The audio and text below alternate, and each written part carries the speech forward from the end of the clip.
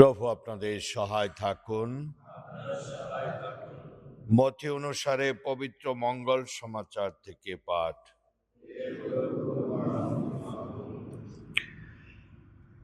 যিশু একদিন পিতর, যাকব আর যাকবের ভাই যোহানকে সঙ্গে নিয়ে একটি উঁচু পাহাড়ের উপর এমন এক জায়গায় তাদের নিয়ে গেলেন যেখানে তারা একটু নিরিবিলিতে থাকতে পারবেন। সেখানে তাদের সামনে তার চেহারা হঠাৎ কেমন রূপান্তরিত হয়ে গেল। তার মুখ সূর্যের মতো উজ্জ্বল হয়ে উঠল, তার পোশাক হয়ে উঠল আলোক শুভ্র। তখন হঠাৎ শিষ্যদের সামনে দেখা দিলেন মসি আর এলিয়। তারা যিশুর সঙ্গে কথা বলতে লাগলেন। তখন পিতর যিশুকে বললেন, প্রভু, ভালোই হয়েছে আমরা এখানে আছি। আপনার ইচ্ছা হলে আমরা এখানে ডালপালা দিয়ে 3টি তাঁবুর ব্যবস্থা করতে পারি, আপনার জন্য একটি, মসির জন্য একটি আর এলিয়ের জন্য একটি।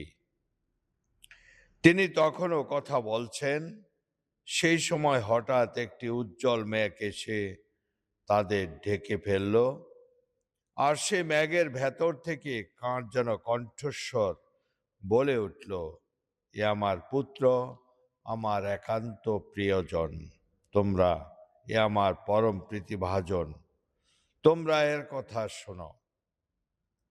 এই কথা শুনে শিষ্যেরা ভীষণ ভয় পেয়ে মাটির উপর উপুর হয়ে পড়লেন। কিন্তু যিশু কাছে এসে তাদের স্পর্শ করে বললেন, ওঠো, তোমরা ভয় পেও না। তারা তখন চোখ খুলে সেখানে যিশুকে ছাড়া আর কাউকেই দেখতে পেলেন না। পাহাড় থেকে নেমে আসার সময় যিশু তাদের এই আদেশ দিলেন, যতদিন না মানবপুত্র মৃতদের মধ্য থেকে পুনরুত্থিত হয়, ততদিন এই দিব্য দর্শনের কথা তোমরা কাউকেই বলো না। প্রভুর মঙ্গল বাণী। খ্রিস্টীতে শ্রদ্ধাভাজন ও প্রিয়জনেরা, আজ হলো তপস্যাকালের দ্বিতীয় রবিবার। তপস্যাকালকে ইংরেজিতে বলা হয় ল্যান্ড, আর ল্যান্ড শব্দটিকে আবার অর্থ করা হয় বসন্তকাল, অর্থাৎ তপস্যার কাল হলো মণ্ডলীর বসন্তকাল। তপস্যাকাল হলো আত্মশুদ্ধি, মন পরিবর্তন ও পাপ ও অন্ধকারে জীবন ছেড়ে নতুন ও পবিত্র জীবন গ্রহণ করার সময়। তপস্যাকাল খ্রিস্টীয় জীবনের একটি গভীর আত্মিক যাত্রা। এটি কেবল উপবাস, সংযম বা বাহ্যিক আচার পালনের সময় নয়, বরং অন্তরে পরিবর্তন, বিশ্বাসে নবায়ন এবং ঈশ্বরের আহ্বানে সাড়াদানের সময়। তপস্যাকালের দ্বিতীয় রবিবারের পাঠসমূহ আমাদের এই আত্মিক যাত্রার 3টি গুরুত্বপূর্ণ দিক তুলে ধরে। প্রথমটি হলো বিশ্বাসে সাহস ধরা, দ্বিতীয়টি মহিমার দর্শন এবং খ্রিস্টের বাক্য শ্রবণের বাধ্যতা। আমরা যদি আজ 3টি পাঠ বিশ্লেষণ করে দেখি, তাহলে প্রথম পাঠটা আমরা দেখতে পাই আব্রাহামের আহ্বান। ঈশ্বর আব্রাহামকে বলেন, তুমি তোমার দেশ, আত্মীয় স্বজন এবং পিতৃগৃহ ছেড়ে সেই দেশে যাও যা আমি তোমাকে দেখাবো। এখানে আমরা দেখতে পাই আব্রাহাম কোনো দ্বিধা না রেখে ঈশ্বরের কথা মেনে নিয়ে রওনা হলেন।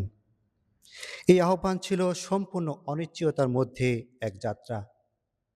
আব্রাহাম জানতেন না গন্তব্য কোথায়, ভবিষ্যৎ কি হবে কিংবা কি অপেক্ষা করছে। তবুও তিনি ঈশ্বরের উপর আস্থা রেখে রওনা হলেন। এখানে বিশ্বাসের প্রকৃত রূপ প্রকাশ পায়। বিশ্বাস মানে সবকিছু বুঝে নেওয়া নয়, বিশ্বাস মানে ঈশ্বরের প্রতিশ্রুতির উপর নির্ভর করে অজানার পথে পা বাড়ানো। আজ আমাদের জীবনেও ঈশ্বর নীরবে একই আহ্বান জানান। তিনি আমাদের পাপের অভ্যাস, আত্মকেন্দ্রিকতা, অহংকার ও আত্মিক অলসতা ত্যাগ করতে বলেন। তপস্যাকালই হলো সেই সুযোগ যখন আমরা নিজেদের আরামের অঞ্চল থেকে বেরিয়ে এসে ঈশ্বরের পরিকল্পনার দিকে এগিয়ে যাই। আব্রাহামের মতো আমরাও যদি সাহসের সঙ্গে সাড়া দিই, তবে আমাদের জীবনও আশীর্বাদের মতো উৎস হয়ে উঠতে পারে। আমরা দ্বিতীয় পাঠে দেখতে পাই সাধু পল তিমোথীকে স্মরণ করিয়ে দেন যে সুসমাচারের জন্য কষ্ট ভোগ করতে ভয় পেও না। খ্রিস্ট জীবন মানেই শুধু আরাম বা সাফল্যের নয়, বরং এটি ত্যাগ, ধৈর্য ও সাক্ষ্যদানের জীবন। ঈশ্বর আমাদের ডেকেছেন পবিত্র জীবনের জন্য, আমাদের গুণের জন্য নয়, বরং তার অনুগ্রহের কারণে। এই আহ্বান চিরন্তন পরিকল্পনার অংশ, যা যীশু খ্রিস্ট এর মাধ্যমে প্রকাশিত হয়েছে। তিনি মৃত্যুকে পরাজিত করে জীবন ও অমরত্বের আলো প্রকাশ করেছেন। তাই তপস্যাকাল হলো সেই আলোকে নতুনভাবে গ্রহণ করার সময়, যেন আমরা অন্ধকার ত্যাগ করে আলোয় চলতে শিখি। আজকের মঙ্গল সমাজে আমরা দেখতে পাই যিশুর দিব্য রূপান্তরের ঘটনা। যিশু পিতর, যাকব ও যোহনকে সঙ্গে নিয়ে একটি উচ্চ পর্বতে উঠলেন। সেখানে তিনি তাদের সামনে রূপান্তরিত হলেন। তার মুখ সূর্যের মতো দীপ্তিমান হয়ে উঠল। এই দৃশ্যটি ছিল তার ঈশ্বরীয় মহিমার এক ঝলক। এখন প্রশ্ন হতে পারে, যিশু কেন তার এই মহিমা প্রকাশ করলেন? এর উদ্দেশ্যই বা কি? এর উদ্দেশ্যটি হলো, তিনি খুব শীঘ্রই তাকে জেরুজালেমে যেতে হবে এবং কষ্টভোগ ও ক্রুশবিদ্ধ হয়ে তাকে প্রাণ দিতে হবে। তাহলে এই তার কষ্টভোগের পূর্বে তিনি তার শিশুদের বিশ্বাস দৃঢ় করার জন্য তিনি এই মহিমা তাদের সামনে দর্শন করলেন বা দেখালেন। এই ঘটনার সবচেয়ে গুরুত্বপূর্ণ বাক্যটি আসে স্বর্গীয় কণ্ঠ থেকে, ইনি আমার প্রিয় পুত্র, তোমরা তার কথা শোনো।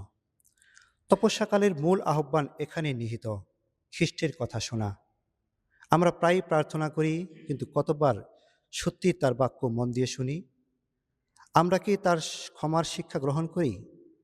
আমরা কি শত্রুকে ভালোবাসার আদেশ পালন করি? আমরা কি আমাদের দৈনন্দিন জীবনের কোষ তুলে নিতে প্রস্তুত থাকি? আমরা নিজেদের একটু প্রশ্ন করে দেখি। আমরা মঙ্গল সমাচারে আরও দেখতে পাই, পিতর সেই মুহূর্তে 3টি তাঁবু প্রস্তুত করে সেখানে থাকতে চেয়েছিলেন। তিনি বলে উঠেছিলেন, প্রভু, ভালোই হয়েছে আমরা এখানে রয়েছি। তাহলে এখানে আমরা দেখতে পাই যে পিতর সেই আনন্দঘন মুহূর্তটাকে স্থায়ী করতে চেয়েছিলেন। কিন্তু খ্রিস্ট জীবন কেবল পর্বতের শিখরে থাকার নয়, বরং নিচে নেমে এসে মানুষের মাঝে কাজ করার আহ্বান। আমরা প্রার্থনায়, ধ্যানের সময় বা উপাসনায় ঈশ্বরের উপস্থিতির বিশেষ অভিজ্ঞতা লাভ করি, কিন্তু সেই অভিজ্ঞতা আমাদের শক্তি যোগায় দৈনন্দিন জীবনের সংগ্রামে ফিরে যাওয়ার জন্যে। তপস্যাকাল আমাদের শেখায় ঈশ্বরের সঙ্গে গভীর সম্পর্ক গড়ে তুলে সমাজে ন্যায়, প্রেম ও সেবার সাক্ষ্য দিতে। আমরা যখন দিব্য রূপান্তরের ঘটনাটি দেখি, আমি একটি ঘটনার কথা আমার মনে পড়ে যায়। আমরা আমাদের ব্যাচের সকলে মিলে অনেকদিন আগের জায়গায় ঘুরতে গিয়েছিলাম। সেখানে একটি লোকের সাথে আমার দেখা হয় এবং আমরা দেখি তার একটি দোকান রয়েছে, তিনি দোকানে সারাদিন কাটান এবং দোকানে তার আচরণ দেখে বোঝা যাচ্ছিল তিনি একজন ধার্মিক ব্যক্তি। তিনি সবসময় প্রার্থনা করেন। তার আচরণ, তার ড্রেস সব কিছু দেখেই মনে হয় তিনি ধার্মিক। তার গলায় একটি রোজারি মালা রয়েছে এবং সবসময় তিনি প্রার্থনা করেন। তার দোকানেও একটি বাইবেল রয়েছে এবং তার দোকানে যিশুর ছবি, কুমারমারের ছবি রয়েছে এবং যারা তার দোকানে যায় তিনি সবসময় তাদেরকে যিশুর কথা বলেন, বাইবেলের কথা বলেন। বাইবেলের বিভিন্ন শিক্ষাগুলো তাদেরকে বলার চেষ্টা করেন এবং যখন অবসর সময় পান তখন তিনি বাইবেল পাঠ করেন। এবং আমাদের সাথে যখন তার দেখা হয়, কথা হয়, তখন তিনি তার জীবনের কথা বলেন যে তিনি এই বাইবেলটি পুরোটা পড়েছেন। এই বাইবেলটি পড়ার মধ্য দিয়ে তার জীবনে একটি রূপান্তর ঘটেছে এবং আমরা জানতে চেয়েছিলাম যে এই রূপান্তর আসলে কিভাবে সম্ভব হয়েছে। এবং তিনি বলেন যে আমার পূর্বের জীবনটি এইরূপ ছিল না। তাহলে এই পূর্বের জীবনটিকে জীবন থেকে ফিরিয়ে এনেছে এই বাইবেল।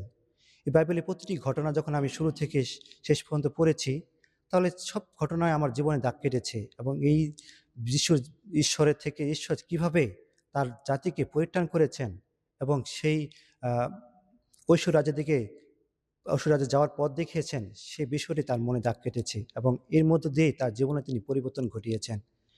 খ্রিস্টেতে প্রিয়জনেরা, আমরা নিজেদের দিকেও তাকাতে পারি।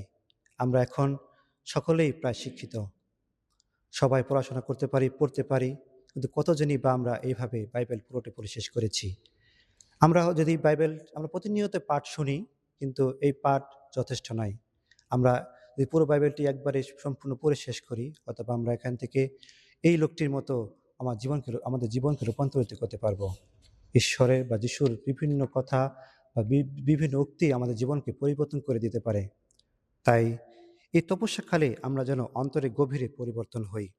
আমরা যেন আব্রাহামের মতো ঈশ্বরের আহ্বানে সাড়া দেই, পলের মতো সুসমাচারের জন্য সাহসী হই এবং শিষ্যদের মতো খ্রিস্টের মহিমা উপলব্ধি করি। সর্বোপরি আমরা যেন প্রতিদিন তার বাক্য শুনে সেই অনুযায়ী জীবনযাপন করি। তখনই আমাদের তপস্যা কেবল বাহ্যিক অনুসরণ হবে না, বরং তা সত্যিকারের রূপান্তরে পরিণত হবে।